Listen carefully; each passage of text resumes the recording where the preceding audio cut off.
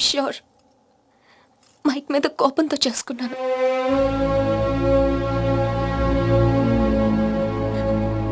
I know I'm wrong. నేను చేసిన తప్పు, కానీ దాన్ని కరెక్ట్ చేసుకోవాలనుకుంటున్నాను. ఎందుకంటే నా సూట్ కేసు పక్క రూమ్లో ఉంది, నేను ఈ రూమ్లో ఉన్నాను. అంటే నేను ఎప్పటికీ కంఫర్టబుల్గా ఉండలేను.